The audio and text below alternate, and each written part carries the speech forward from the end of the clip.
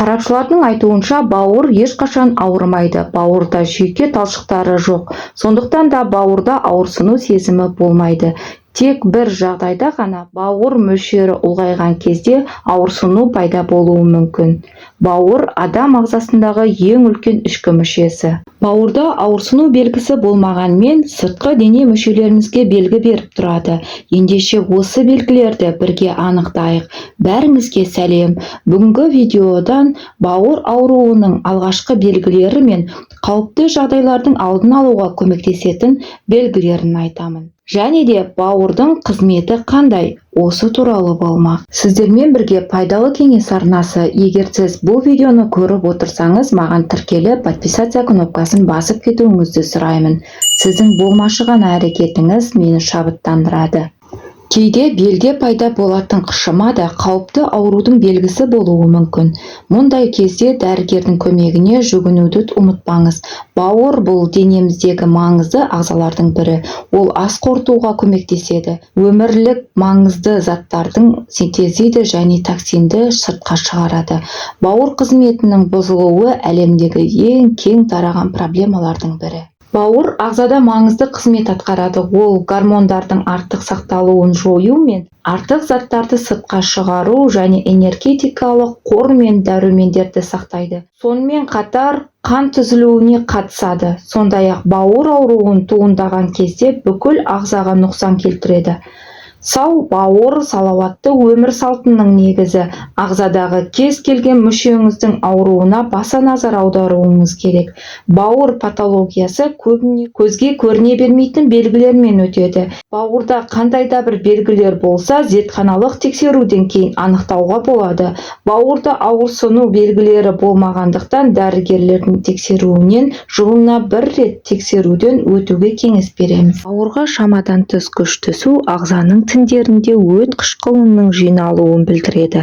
Бауыр ауруы кезінде қышыну аяқта, алақанда, дененің басқа да жерлеріне таралуы мүмкін. Дененің қышынуы әсіресе түнгі уақытта дене жылығанда немесе ыстық душ қабылдағанда байқалады. Бауыр ауруының екінші белгісі көптеген бөртулер мен көгерулер, яғни қолда, шынтақта, аяқта, тіпті көздің үстіңгі қабағында да холестерин шөгінділері, сары түсті түйіршіктердің жиналып шығуы. Бауырдың созылмалы аурулары түрінде алақанда симметриялық алақан эритемасы, аяқтың үлкен кішкентай саусақтарының үстіңгі аймақтарында қызарулар пайда болады. Келесі белгісі өкшенің жарылуы. Бауыр дененің май қышқылдары мен сонымен қатар Е, С, В, 3 дәрумендерімен қанығу үшін үнемі өт шығарып отырады. Бұл дәрумендер терінің тонусын ұстап тұру үшін қажет дәрумендер. Адам дұрыс тамақтанбаған жағдайда бауыр қызметін дұрыс атқара алмайды да ағза керекті заттарды қабылдамайды. Тері құрғап кетеді. Сондықтан да дұрыс тамақтану мен су ішуден бастап күнделікті асыңызды көкөністер мен шөптер, жеміс-жидектер, ағзаны дәрумендермен толтырып отыру керек. Аурудың келесі белгісі аяқтың ісінуі. Бауыр ауруы бүйрек және қан тамырларының жүйесінің ауытқуына әкелуі мүмкін. Жүйе бұзылған кезде ісіну мен терінің астындағы тұздардың жиналуына себеп болады. Келесі белгісі шаштың көптеп түсуі. Бауыр ауруы кезінде жиі кездеседі. Бауырға келіп түсетін барлық қоректік заттар қайталым дейді. Бауыр қызметін дұрыс атқара алмаса, терілерге келіп түскен заттардан зардап шегеді де жаралардың ұзақ уақыт жазылмауы мен шаштың түсуі жиілейді. Үнемі шаршау сезімі, ағзаға зиянды заттар көптеп жиналса, өз күшін тазалаумен күресе алмай қиналып, сол кезде шаршау сезімі пайда болады. Процесс кезінде ұйқышылдық пен шаршау ұзақ уақыт жүреді. Токсиндер мен шлактар денеге жинақталып, асқазан ішек жолдары қызметін баяулатады. Ағза қуат көзін арттыру үшін қоректік заттар тез түсіп отыруы керек. Ас қорыту жүйесі баяулағанда адам жиі шаршайды, ұйқы қанбайды, жұмыс жасауға ұмтылысы да баяулайды.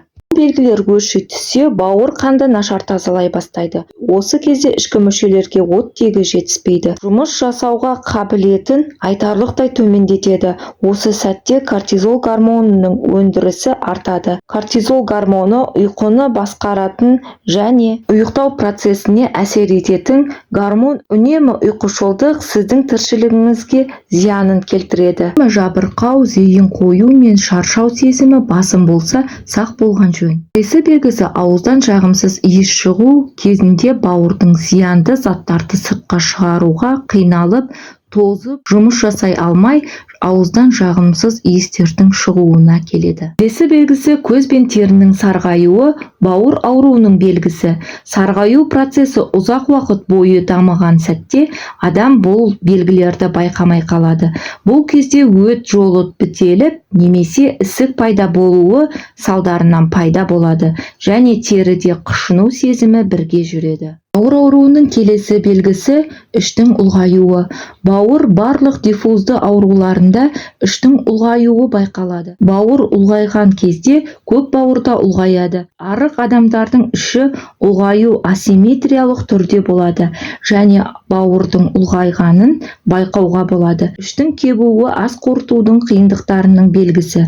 Бауыр ауруы кезінде іште сұйықтық жиналып, оның көлемі бірнеше литрге жетуі мүмкін. Іш ісінген кезде салбырап, кіндік шошайып шығып тұрады. Келесі белгілері теріде өрмекші торы секілді тамырлардың пайда болуы. Бауыр ауруының белгілері. Ішкі ағзада эстрогендер көп мөлшерде жинақталғанда тор секілді тамырлар пайда болады. Эстрогенді гормон ағзада көп болса, тамырға кері әсерін тигізеді. Торлы тамырлар 2-5 см көлемінде болып ұлғая бастайды.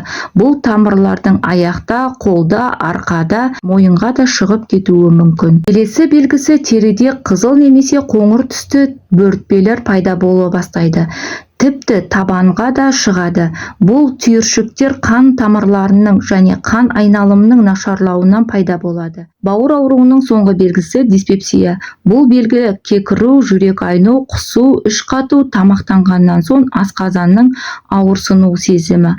Ас қорыту мен ішек майларының бұзылыстарынан кейін үлкен дәреттің өзгеруі пайда болады. Ауруының белгілері осындай. Бауыр созылмалы ісінгенде жоғарыдағы құбылыстар анағұрлым баяу, қауіп қатерлі төмендеуі болады. Жалпы бауыр ауруының белгілері жұмыстан қажып, шаршау, ұйқышылдық, ауызға кермек дәмнің келуі, көкіректің қыжылдауы, бауыр төңірегіндегі ауырсынуымен байқалады. Бауырда ауырсыну белгісі болмайды, сондықтан да жоғарыда айтылып өткен белгілер байқалса, дәрігерге қаралуға кеңес береміз. Егер бұл видео сіздерге ұнаса, подписаться кнопкасын басып кетулеріңізді сұраймын.